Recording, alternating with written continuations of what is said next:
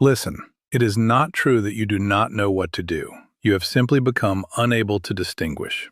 Every day someone speaks to you about how to live, what matters, what to pursue, and you listen. Not because everything is true, but because everything arrives with the same force. Opinions, advice, maxims, all placed on the same level, and so you lose something simple: measure. You no longer know what truly has value. You no longer know what deserves trust, and so you say you are confused. But confusion does not come from a lack of answers. It comes from listening to too many voices without a criterion. You accept judgments without examining them. You follow ideas because they are pleasant. Follow your feelings. Do what makes you happy. And you never ask whether what you feel is reliable. This is the first mistake. The second is deeper. You confuse what appears with what is. You see something and you desire it. You feel discomfort and you want to avoid it. And you call all this myself.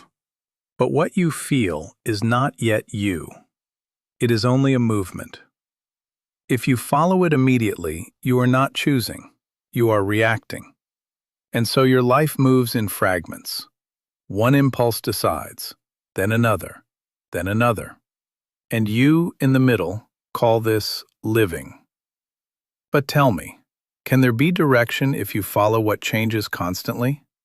Can there be stability if every impression becomes an order? No. And in fact, you are not stable. Not because the world is uncertain, but because your guide is. So pause. Do not look outside. Do not ask others. Look within for what does not change. You have a faculty that does not depend on opinions, that can observe without being carried away, that can say, "This is only an impression. This is only an impulse," and still decide. It is there that you begin to govern yourself.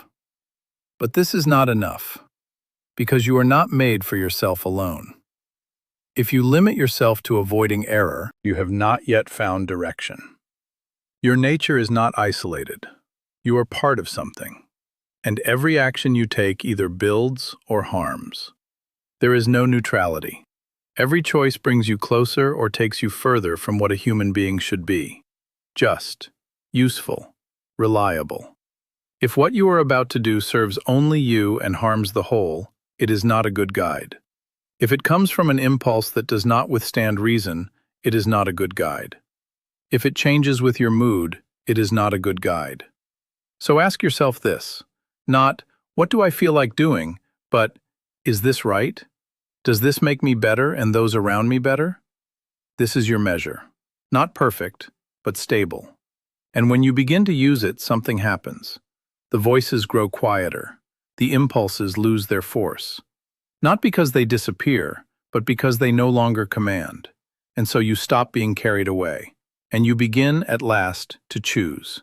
Not based on what you feel, but on what you recognize as worthy of being done. And there, your life changes direction.